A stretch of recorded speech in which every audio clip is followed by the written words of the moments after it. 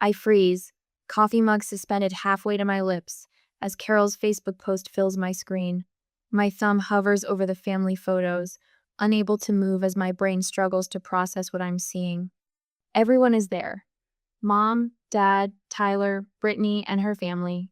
Aunt Jean from Florida. Even cousin Mark, who rarely leaves his basement apartment. They're gathered around the fireplace at my parents' lake house, arms draped over shoulders, faces flushed with laughter and belonging. Everyone except me. I set my mug down before my trembling hand betrays me. The ceramic makes a hollow sound against the granite countertop, like an echo in an empty room. December family reunion 2024. So blessed to have everyone together. Carol's caption mocks me from my phone. I zoom in on Tyler's face, catching the unmistakable smugness in his expression. He knew I wasn't invited. They all knew. My gaze drifts to the refrigerator where my calendar hangs, the date circled in red. Family reunion, the 15th of December. Yesterday, the day I'd been waiting for, preparing for, the day that apparently happened without me. A memory surfaces unbidden. My cramped studio apartment during senior year, the flickering light above my desk as I worked on coding projects until 3 in the morning before heading to my barista job at 5. The contrast of my parents' comfortable suburban home, with its manicured lawn and updated kitchen, always lingered in my mind. I didn't mind the struggle. It was building something that mattered. The day I landed my position at Meridian Tech, Dad had been polite but distracted. Mom had asked if it came with health insurance. Tyler had snorted and asked if I'd be playing with computers all day. Only I understood what it meant. Financial security, finally. I remember the first support check I wrote them. My hands had shaken then too, but with pride. I'd framed a copy of it before sending the original, proof that their daughter had made it. $200,000 later, I stand in my kitchen, staring at people who didn't think to include me in their holiday gathering. I take a deep breath and open my banking app, the numbers confirming what I already know. The monthly transfer to my parents processed 3 days ago. As always, without fail. My resolve hardens as I move with deliberate purpose. First, the screenshots of Carol's post saved to my phone. Then, the bank statements printed neatly from my home office. Each monthly transfer of the past 5 years. The extra payments, Tyler's car, when he totaled his previous one. Brittany's emergency dental work. The new roof for my parents' house. I slide everything into a folder, pressing it closed with a firm click. In my bathroom, I smooth my hair and apply lipstick with precision. The woman in the mirror looks calm, controlled, prepared. Not this time, I tell her quietly. The drive to my parents' home takes 23 minutes. I know because I've made this journey countless times, usually responding to some urgent need or manufactured crisis. The same house I helped refinance when Dad's commission-only sales job hit a slump 3 years ago. Headlights illuminate the familiar mailbox, the one I paid to replace last spring. I park behind Tyler's BMW vehicle that wouldn't exist without my monthly contributions to his temporary financial shortfall that has somehow lasted 4 years. The scent of roasted turkey greets me as I enter without knocking. They're already seated around the dining table, the good china gleaming under the chandelier. My mother looks up, surprise briefly crossing her face before she smiles. "Lauren, honey, I didn't know you were coming for dinner tonight." "Thought I'd surprise you," I say, hanging my coat carefully on the rack. "Hope there's enough food." "Always room for one more," Dad says without looking up from his plate. He's wearing the watch I bought him for his birthday, the one he called too extravagant before accepting it anyway. Tyler snickers into his wine glass. "Yeah, surprised to see you away from your computer on a weeknight. No emergencies at work?" "Not tonight," I reply, taking the empty seat next to Brittany, who immediately shifts slightly away. Mom serves me a generous portion of green bean casserole, my least favorite dish, despite mentioning it every holiday for the past decade. "So, Brittany says Tyler just put a deposit down on a lakefront property. It's an investment opportunity, very exclusive." I nod, cutting my turkey into precise pieces. Sounds expensive. Tyler puffs up visibly. "Well, you know what they say. You have to spend money to make money." Dad launches into a complaint about the property tax increase, absent-mindedly adjusting his watch. I let the conversation flow around me, waiting for the perfect moment. When there's a natural lull, I set down my fork and ask with practiced casualness, "How was the family reunion yesterday?" The silence that descends is absolute. 5 pairs of eyes fix on me, expressions ranging from shock to discomfort toying Tyler's case on disguised amusement. "What reunion?" Mom asks, her voice pitched slightly too high. I reach for my water glass, taking a deliberate sip. "The one at the lake house. The one Aunt Carol posted about on Facebook this morning." Tyler smirks. "Oh, that reunion. Yeah, it was yesterday." Brittany jumps in, her voice syrupy sweet. "Oh my God, Mom, you didn't tell Lauren? Oops." Mom glances nervously at Dad, who clears his throat authoritatively. "Must have slipped our minds," he says, waving his fork dismissively. "You're always working anyway. Wouldn't have expected you to make it." I place my phone on the table, screen up, Carol's post clearly visible. Funny, since it's been on my calendar for months. "Lauren," Mom begins, her tone shifting to the one she uses when she wants something. "Don't make a big deal out of nothing. It was just a small gathering." 27 people, I say, scrolling through the photos. Every family member except me. Tyler rolls his eyes. "So dramatic. It's just a stupid reunion." I open my purse and withdraw the folder, placing it next to my phone. The table falls silent again as I flip it open, revealing the neatly organized bank statements. "If I'm not important enough to invite," I say, my voice steady despite the thunder of my heartbeat, "then you don't need my money either." Tyler's laugh slices through the silence, too loud and hollow against the dining room walls. "You're kidding, right?" His eyes dart to my folder, then back to my face. "This is just some dramatic little show?" "It was a misunderstanding, Lauren," Brittany says, scooting her chair closer to mine, her hand reaching for my arm. I shift just enough that her fingers grasp empty air. "We thought you were busy. You know how you always are." Mom's eyes begin to glisten, the tears forming right on cue. "You can't do this to your family," she whispers, voice trembling with practiced precision.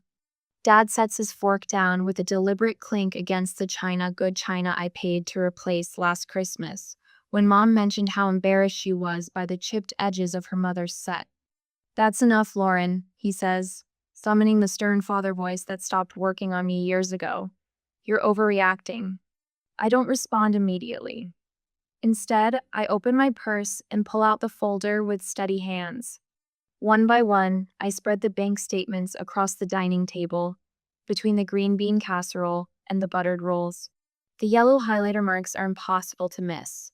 $2,500 transferred on the first of every month for the past 5 years. The special payments are circled in red. $42,000 for Tyler's BMW after he totaled his Audi. $8,700 for Brittany's emergency dental work that her insufficient insurance wouldn't cover. $24,500 for my parents' new roof and kitchen renovation. The last statement sits in the center, the $60,000 lump sum payment that cleared their second mortgage when Dad's commissions dried up during the pandemic. No one speaks. The only sound is Mom's fork slipping from her fingers onto her plate. Tyler's expression shifts from mockery to something closer to panic. His phone vibrates against the table. He glances down, swipes the notification away.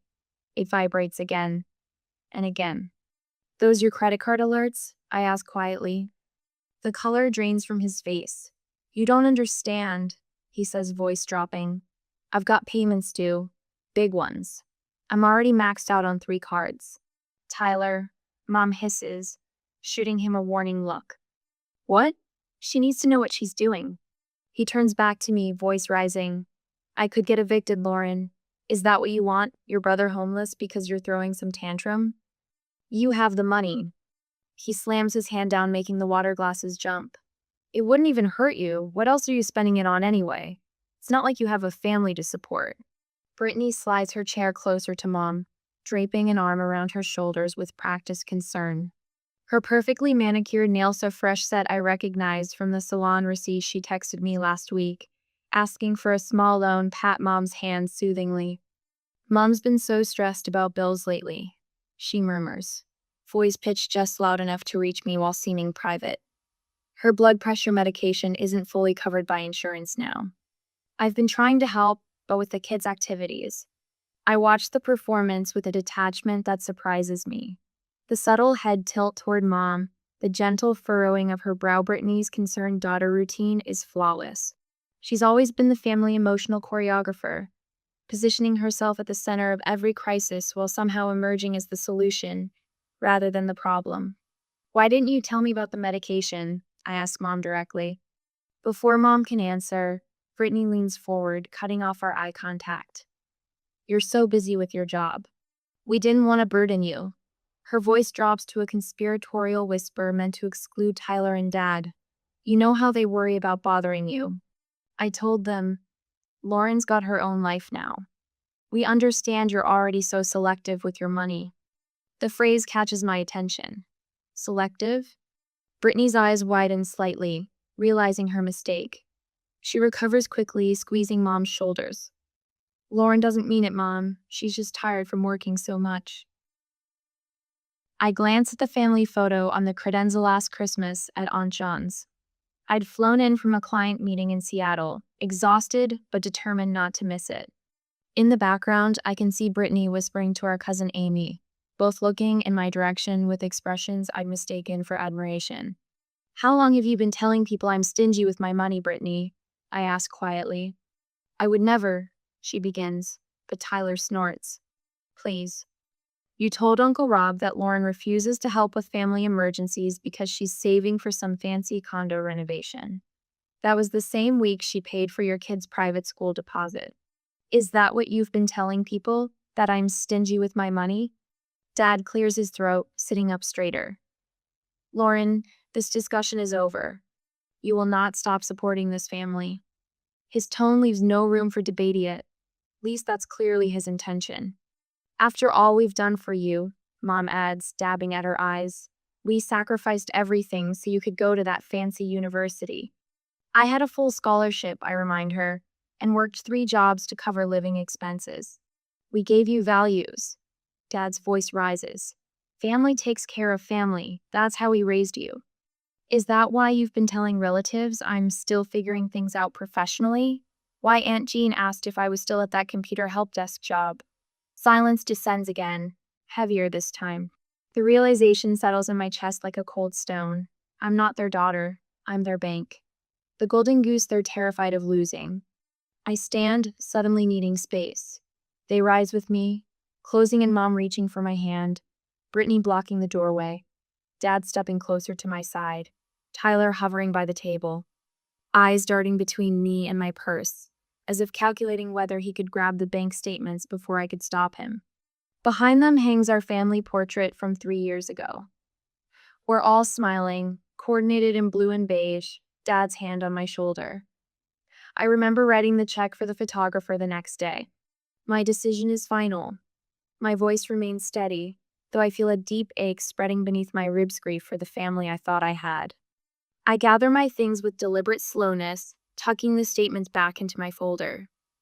The key to their house, my parents' house, feels suddenly heavy in my pocket. I place it on the table, metal against wood, making a final decisive sound. Would you like some dessert before you go? Mom asks desperately. I made your favorite apple pie. I shake my head.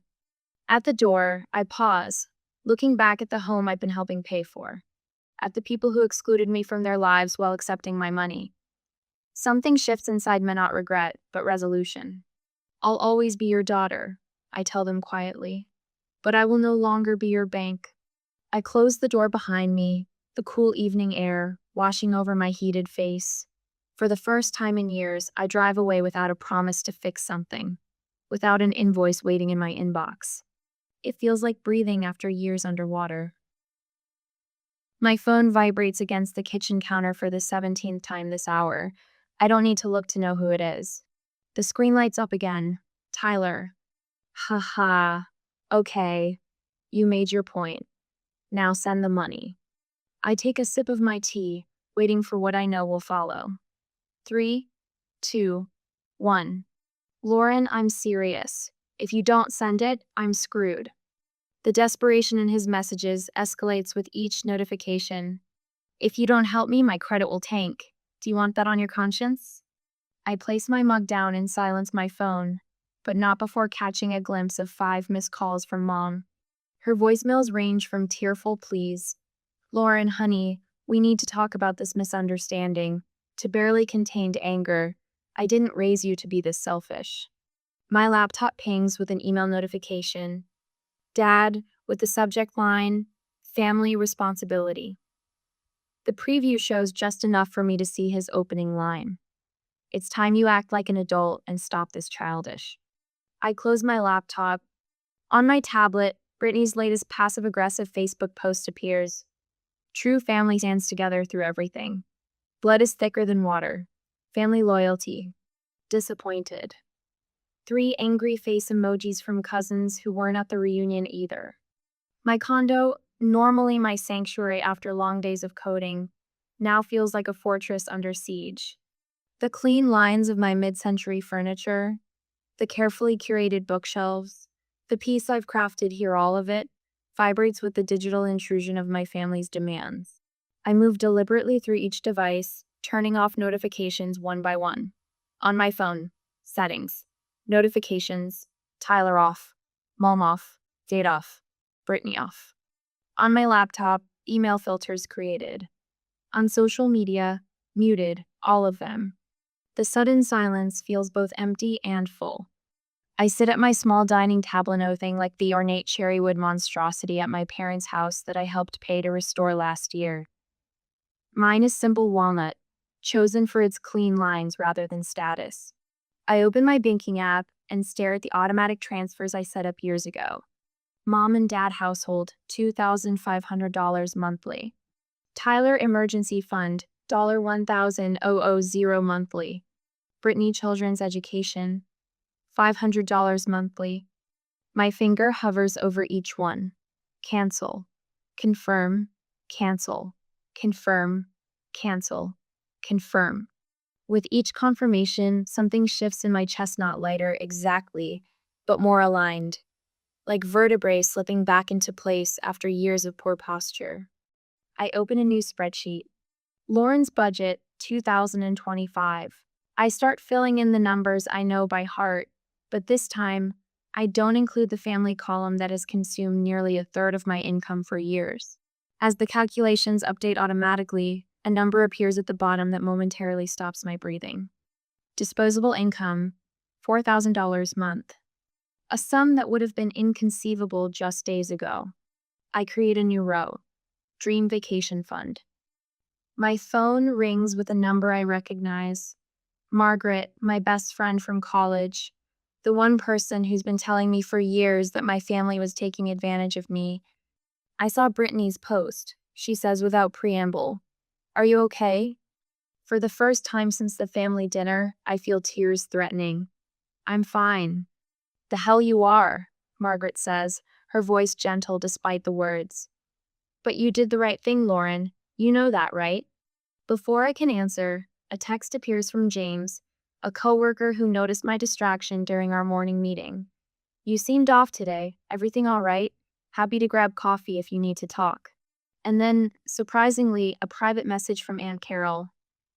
"I'm so sorry about the reunion photos. I didn't realize you weren't invited. We all asked where you were, and your mom said you were too busy with work to come. If I'd known." My supervisor, Sarah, stops by my desk the next day, closing the door to my office. "Family issues?" she asks, her perceptive eyes taking in my exhausted appearance. When I hesitate, she continues, "I recognize that look. 3 years ago, I had to cut off my brother after he drained my savings account for the 3rd time." She pauses. It gets easier. 1 week later, I'm eating lunch at my dining table when the doorbell rings. Through the peephole, I see my mother and Brittany standing in the hallway, fake smiles plastered on their faces. Brittany's children, Aiden, 6, and Emma, 4, stand in front of them like human shields. I take a deep breath and open the door. Aunt Lauren, the children chorus, rushing forward with crayon drawings. We were just in the neighborhood, Mom says, her voice too bright, and thought we'd stop by. Brittany holds up a bag from my favorite bakery. We brought those almond croissants you love. I kneel to accept Emma's drawing. Thank you, sweetheart. This is beautiful. I turn to Aiden, admiring his robot drawing while being acutely aware of the calculating gazes above me. Can we come in? Mom asks, already stepping forward. I rise slowly. The kids can come in for a few minutes. You two can wait in the hallway. Mom's smile freezes. Lauren, don't be ridiculous. We're family. Yes, we are, and family respects boundaries. I open the door wider for the children. Aiden, Emma, would you like some juice? Behind them, Brittany's face hardens. You can't be serious. I am. I meet her gaze steadily. The children are welcome. You aren't. Not until we've had a conversation about respect and neutral ground. Mom's facade crumbles. Lauren, please. The property tax bill came yesterday, without your help. I'm sure Dad can figure something out, I say, my voice calmer than I feel. He managed household finances for decades before I started helping. Brittany's desperation becomes palpable. This isn't just about money, Lauren. It's about families supporting each other. Yes, I agree. It is. Their tactics fail one by one as I maintain my position. Eventually, they leave, children in tow, Brittany's parting words hanging in the air. This isn't over. 3 days later, I receive increasingly frantic texts from all of them. Bills arriving with no means to pay. Tyler facing eviction and repossession simultaneously. My father returning to work part-time after 4 years of retirement. Family members are asking questions, wondering how Mom and Dad's lavish lifestyle has suddenly contracted. How Tyler's apparent wealth has evaporated overnight. How Brittany's endless shopping sprees have abruptly ceased. The financial reality they've hidden behind my support is collapsing around them. At 11:43 p.m., heavy pounding on my door jolts me awake. Through the peephole, I see Tyler unshaven, eyes wild, clothes wrinkled as if he's been wearing them for days. I know you're in there, Lauren. Open the door. I wrap my robe tightly around myself and open the door. Security chain still in place. What do you want, Tyler? He switches instantly to the charming smile that has gotten him out of trouble since childhood. Hey sis, sorry about the hour. Can I come in? I just want to talk. No, say what you need to say from there. His smile slips. Come on, don't be like that. I've been thinking about what happened, and you're right. I should be more appreciative. He leans closer to the crack in the door. I just need a little help. Just this once. Then I promise I'll get my act together. No, Tyler. His charm evaporates. You don't understand. I'll lose my apartment, my car, everything. Your financial problems are not my emergency, I say, surprised by the steadiness in my voice. His face contorts. You selfish bitch. You think you're so much better than us because you have a fancy job? Because you have money? You're nothing without this family. Nothing. The neighbors' doors are opening now, curious faces peering into the hallway. You're just a selfish brat, he shouts, all pretense abandoned. You think you're better than us because you have money? Newsflash, you're not. And when you finally fail, don't come crawling back, 'cause we won't care. I look at my brother, really look at him. The designer clothes I paid for, now rumpled. The entitlement etched into his features. The rage of a man who's never faced consequences for his actions. Good to know, Tyler. My voice doesn't waver. Now get off my property. I close the door firmly, turn the deadbolt, and slide down against it until I'm sitting on the floor, my knees pulled to my chest. My hands are shaking. My heart pounds against my ribs, but I don't open the door. My phone vibrates against the nightstand for the 5th time in 20 minutes. I don't need to look at the screen to know it's another family message. They've been arriving in waves, perfectly timed almost, as if they're coordinating their attacks. I finally reach for the phone, scrolling through the notifications. Mom, Lauren, you can't abandon your family like this. After everything we've done for you. Think about what people will say. Brittany, you're being ridiculous. Family is supposed to help each other. Mom is crying herself to sleep every night. Tyler's messages have evolved over the past week. First came the mockery. Dramatic much? Guess you showed us. Then the begging. I really need help with this month's car payment. Now, thinly veiled threats.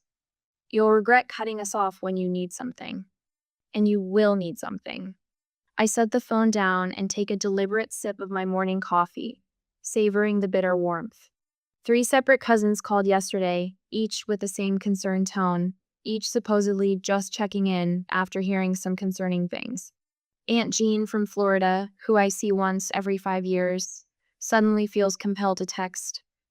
Family stands by family, Lauren. I'm disappointed in you. My finger hovers over the power button on my phone. Instead, I open my laptop and type a quick email to Sarah in legal. Do you have time to discuss a personal matter that may have professional implications? I write, then press send before I can reconsider.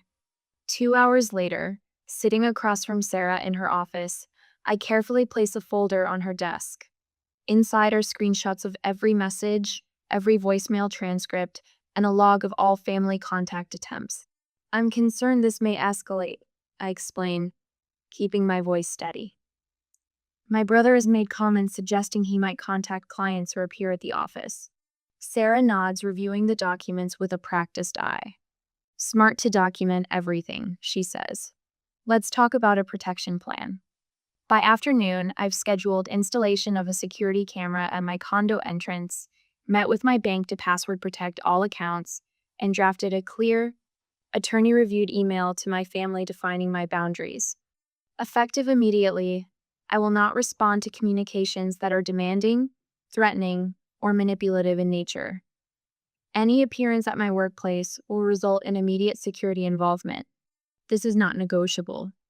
I press send and exhale slowly, feeling both lighter and heavier simultaneously. I hear the whispers at the grocery store 3 days later. That's her, a former neighbor murmurs to her companion, the one who abandoned her family after making all that tech money. I select an apple, examining it with unnecessary focus while straining to hear their conversation. Richard says they sacrificed everything for her education, and now she's turned her back on them. The words drift over the produce section. I place the apple in my cart and straighten my shoulders, moving through the store with deliberate calm. Let them talk. I've made my decision. What surprises me most is my lack of desire to defend myself. The old Lauren would have rushed to explain, to justify, to make everyone understand. Now, I simply check out with my groceries and drive home. When my phone rings with an unknown number that evening, I almost ignore it. Something makes me answer. Is this Lauren Mitchell? Asks a stern male voice. Yes, speaking. This is American Credit Services calling about your brother Tyler Mitchell's overdue account. He's listed you as a guarantor on his loan. My hand tightens around the phone. I've never co-signed any loan for my brother.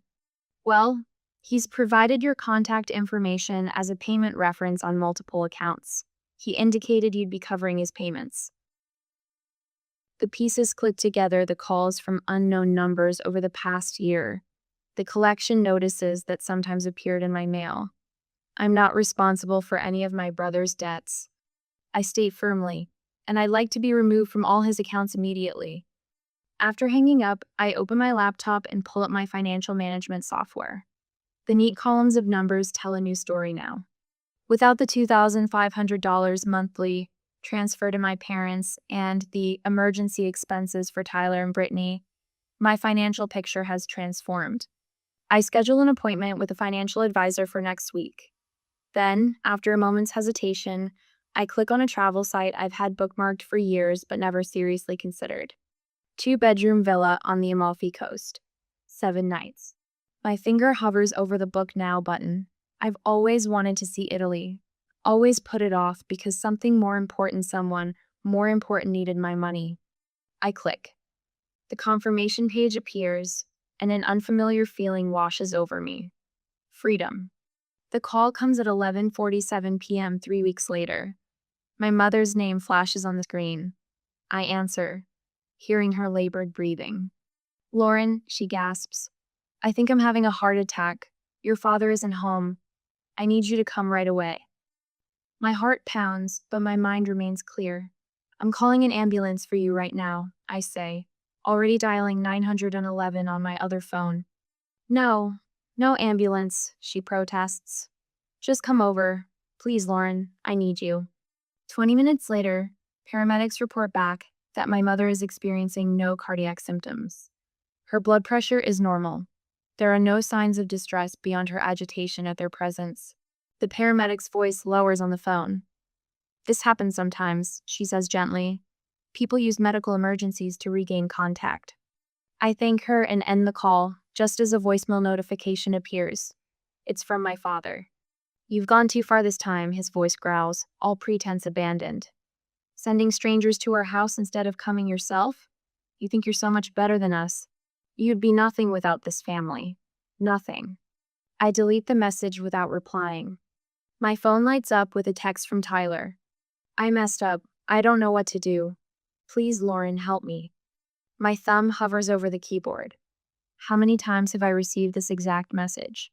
How many times have I rushed to solve Tyler's problems, draining my accounts, my energy, my life, to fix his mistakes? A memory surfaces. Tyler at my college graduation, rolling his eyes during my valedictorian speech, checking his watch repeatedly. Tyler borrowing my first work laptop and returning it with beer spilled on the keyboard. Tyler laughing about computer nerds while cashing the checks I sent. I take a deep breath and press delete. The message disappears from my screen. For the first time in years, I feel myself smile without reservation. I'm reaching for organic tomatoes when I hear my name called across the produce section. Lauren? Lauren Mitchell? Mrs. Henderson, my parents' neighbor for 20 years, approaches with her shopping cart. Her silver bob catches the fluorescent light as she moves toward me, with surprising speed for a woman in her 70s. It's been months since I've seen you, she says, resting a hand on my forearm. Her touch is light, but her gaze is heavy with something I can't quite place. How have you been, dear? I'm well, thank you. I place 2 tomatoes in my basket, hyper-aware of my surroundings. It's been 3 months since I cut financial ties with my family.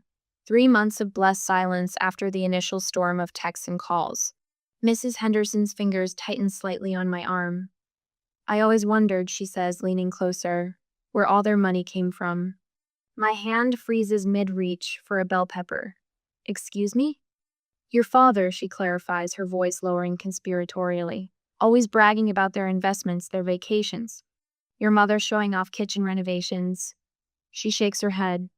Then suddenly, they're canceling their country club membership and your father's back working at the dealership.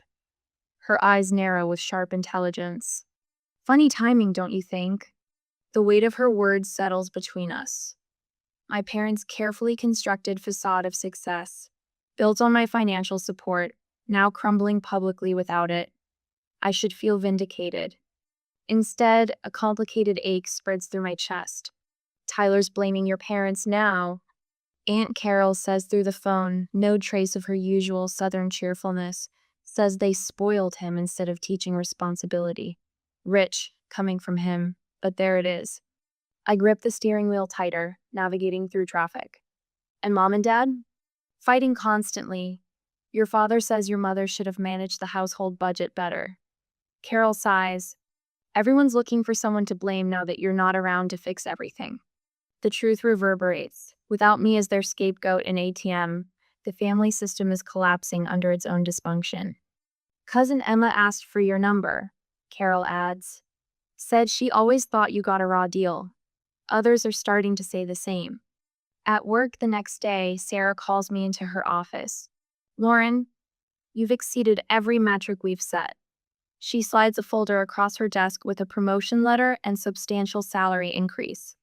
Whatever changes you've made in your personal life, they're working for you professionally. My phone buzzes with a text. Jim, Brittany's husband. Need to talk, it's important. Before I can respond, commotion erupts in the hallway. A familiar voice cuts through the office chatter. Where is she, Lauren? I know you're here. Tyler. My stomach tightens as I step out of Sarah's office to see my brother, disheveled and wild-eyed, being blocked by our receptionist. "Sir, you need to leave or I'm calling security," she warns. "Lauren," Tyler spots me. "You think you're better than all of us now? Too good for family?" His voice cracks with desperation. "Mom's crying every day because of you." Colleagues pause, watching the scene unfold. I feel their eyes but stand perfectly still, refusing to match his chaos with mine. "Tyler, this is my workplace," I say, keeping my voice steady. "You need to leave." "You've always been selfish," he shouts as security arrives. "What about family loyalty, after everything we've done for you?" I don't flinch as they escort him toward the elevator, his accusations echoing down the hallway. The doors close on his angry face, and the office falls silent.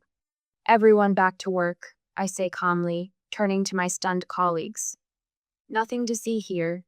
Sarah squeezes my shoulder as I return to her office. "Are you okay?"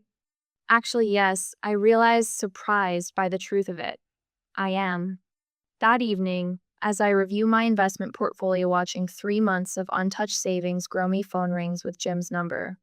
"I wanted to apologize," he says before I can speak. "I had no idea Brittany was taking money from you while we had our own emergency fund." "She told me you were struggling," I say carefully. "We were never struggling." His voice tightens with controlled anger, not at me, but at his wife. "Lauren, I've been trying to set boundaries with your family for years, but they're relentless." "That they are," I agree, surprising myself with a short laugh. "How did you do it?" he asks, his voice dropping to almost a whisper. "How did you finally break free?" The question catches me off guard, this impossible alliance forming across family lines. "I stopped believing I was responsible for fixing their problems," I say finally.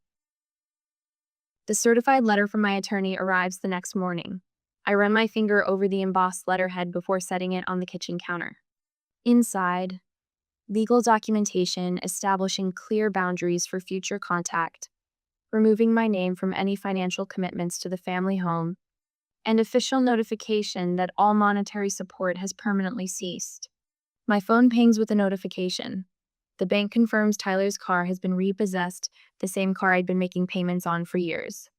The Mercedes he'd parked defiantly in my visitor spot during his last emergency visit. For the first time in years, I sleep through the night without checking my phone. No midnight texts about broken water heaters or overdrawn accounts. No pre-dawn calls about Tyler's latest crisis. In the morning light, I stand before my bathroom mirror, studying my reflection. The woman looking back seems different, shoulders relaxed, jaw unclenched, eyes clear and focused. The constant weight I carried for so long has visibly lifted, as if I've shed an actual physical burden. I think about what Mrs. Henderson said in the grocery store, about Jim's hushed questions, about Tyler's desperate scene in my office, about how sometimes the true purpose of difficult boundaries isn't just protecting yourself, but forcing others to finally grow up. The scent of rosemary and garlic fills my condo as I arrange a final sprig of herbs on the roasted vegetable platter. Through the kitchen window, December snow falls in gentle flakes, nothing like the blizzard of emotions that engulfed me this time last year. "Need any help?" Margaret calls from the living room where she's adjusting a string of tasteful white lights along my bookshelf. "Just about done," I reply, surprised by the easy calm in my voice. A year ago, that voice trembled as I confronted my family over a dining table laden with manipulation and decades of expectation. I glance at the new photos adorning my wall, shaking at Starved Rock with James and his wife, Sarah, and I at the company retreat, a group shot from the financial literacy workshop I now lead monthly. Not a single image features the people who share my DNA. Yet these frames hold more genuine family than I've known in 32 years. My phone buzzes on the counter. Once, that sound would have triggered an immediate spike of adrenaline, another family emergency, another drain on my bank account, another reason I wasn't good enough despite everything I gave. Now, I check it at leisure, smiling at the text from a hiking group about next weekend's trail. The doorbell chimes, and I open it to find James and Lisa, their arms filled with a homemade lasagna and a bottle of wine. "Sorry we're early," Lisa says, unwinding her scarf. James was worried about the snow. "Always the planner," I laugh, accepting their offering. "Come in."